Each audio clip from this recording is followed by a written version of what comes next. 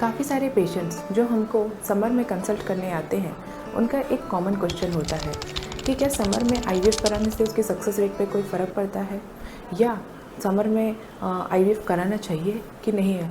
तो हम आज इसी के बारे में चर्चा करने जा रहे हैं।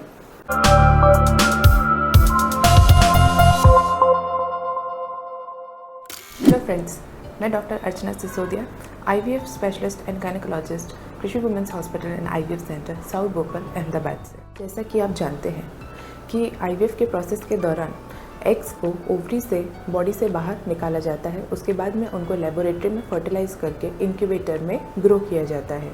तो इस दौरान टेम्परेचर का मेंटेन होना बहुत ही इम्पॉर्टेंट होता है।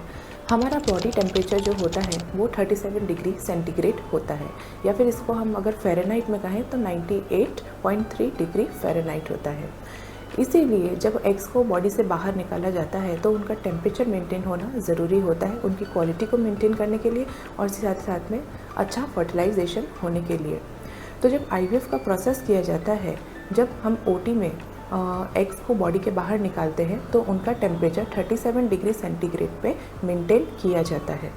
आईवीएफ लैब में जब भी कोई प्रोसीजर परफॉर्म किया जाता है, चाहे वो इक्सी यानी कि फर्टिलाइजेशन का प्रोसेस परफॉर्म किया जाए या फिर फर्टिलाइजेशन होने के बाद में एम्ब्रियो को इंक्यूबेटर में कल्चर किया जाए, उस दौरान टेम्परेचर का स्ट्रिक्टली कंट्रोल किया जाता है।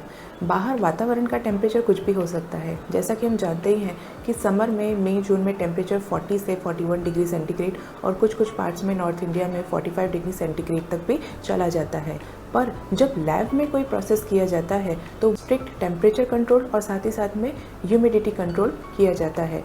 एग्स को हमेशा टेम्परेचर 37 डिग्री सेंटीग्रेड पे ही रखा जाता है। जब फर्टिलाइजेशन हो जाता है और उसके बाद में जब हमें एम्ब्रियो को कल्चर करना होता है तो उसे एक स्पेशल इंस्ट्रूमेंट जिसे इंक्यूबेटर कहा जाता है उसमें किया जाता है। इस इंक्यूबेटर का अंदर का जो वातावरण होता है उसमें गैस का कंट्रोल होना और टेम्परेचर का कंट्रोल होना मैंडेटरी होता है।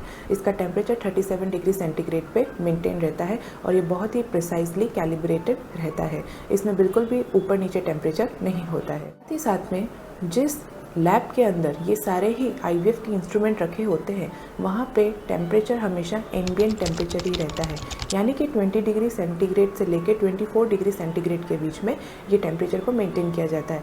इसलिए अगर बाहर का टेम्परेचर बहुत ज़्यादा भी है एटमॉस्फेयर का 40, 41, 42, 45 तक भी, पर फिर भी आईवीएफ लैब के अंदर टेम्परेचर हमेशा मेंटेन रहता है। और वो किस तरह से मेंटेन रहता है?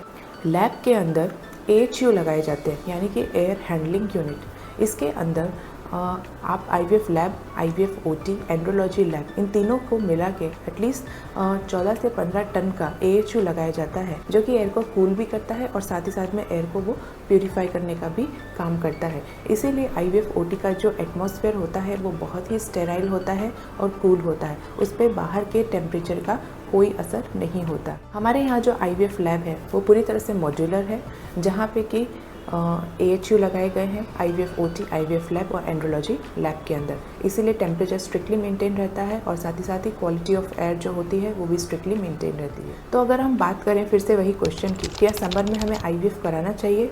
तो हाँ, बिल्कुल आईवीएफ कराना चाहिए। आप चाहे समर में कराएं, आप चाहे रेनी सीजन में कराएं या विंटर में कराएं, उस बाहर के वातावरण के टेम्परेचर से और बाहर की ह्यूमिडिटी से आईवीएफ के प्रोसेस में लैब में किसी तरह का फ़र्क नहीं पड़ता है, क्योंकि अंदर टेम्परेचर और ह्यूमिडिटी स्ट्रिक्टली मेंटेन होता है। इसलिए अगर हम सक्सेस रेट की बात करें तो जो सक्सेस रेट आपको विंटर्स में मिलती है वही सक्सेस रेट आपको समर में भी मिलने की संभावना है। पर अगर हम इस बात का दूसरा पहलू देखें कि अगर आपको लॉजिस्टिक्स की प्रॉब्लम है कि बहुत ज़्यादा गर्मी की वजह से आने जाने में दिक्कत हो रही है तो एक अलग बात है, पर आईवीएफ के प्रोसेस में बाहर के वातावरण के टेम्परेचर का कोई असर नहीं होता है। इसको आप इस तरह से भी देख सकते हैं कि जो मई जून का महीना होता है, अगर कोई वर्किंग कपल है जो टीचर का काम करते हैं तो मई जून जनरली उनको एक रिलैक्स पीरियड मिलता है, तो वो इस प्रोसेस को आराम से इस दौरान करा सकते हैं।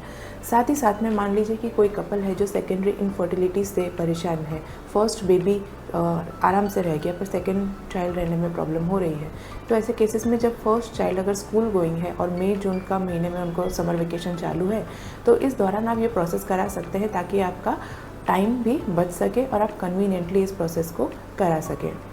Thank you so much for watching. इसी तरह की मोर अपडेट्स के साथ में हम वापस मिलेंगे। Thank you.